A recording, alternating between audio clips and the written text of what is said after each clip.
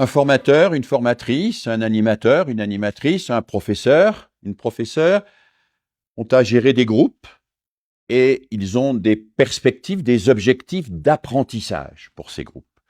Alors si je veux que le groupe qui m'est confié apprenne quelque chose, si je veux qu'il y ait un acte pédagogique efficace, je dois être attentif à trois éléments. Trois éléments complémentaires. Le premier élément, c'est la mobilisation. Il faut mobiliser les personnes. Le second élément, c'est la structuration des savoirs et des apprentissages. Le troisième élément, c'est l'accompagnement des personnes. Premier élément, mobiliser.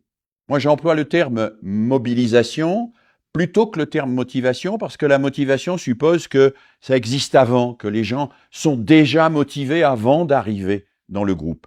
Alors, il est possible que ça arrive, mais quoi qu'il en soit, la responsabilité du formateur, de la formatrice, c'est de mobiliser, c'est-à-dire de créer des situations qui suscitent l'engagement des personnes dans ce que l'on va faire ensemble et qui va leur permettre de découvrir un certain nombre de choses.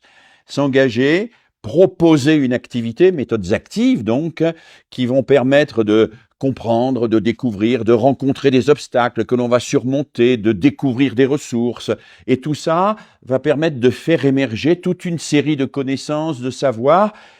Et deuxième temps, essentiel, ces connaissances, ces savoirs, il va falloir les structurer, les organiser, les formaliser, parce que l'esprit humain ne retient vraiment que ce qu'il a ordonné.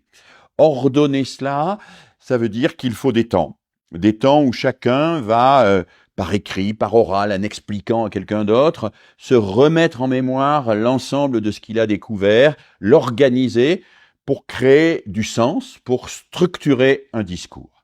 Et puis, le troisième élément qui est absolument indissociable des deux premiers, c'est l'attention à chaque personne.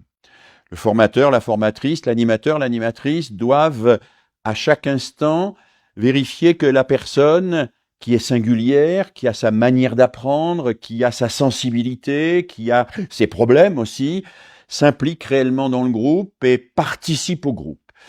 C'est un vrai souci que l'on doit avoir en permanence, avec un double regard. Regard sur chacun et chacune en tant qu'il a des ressources, en tant qu'elle a des ressources. Regard sur chacun et chacune en tant qu'elle a des besoins. Et je vais utiliser le groupe.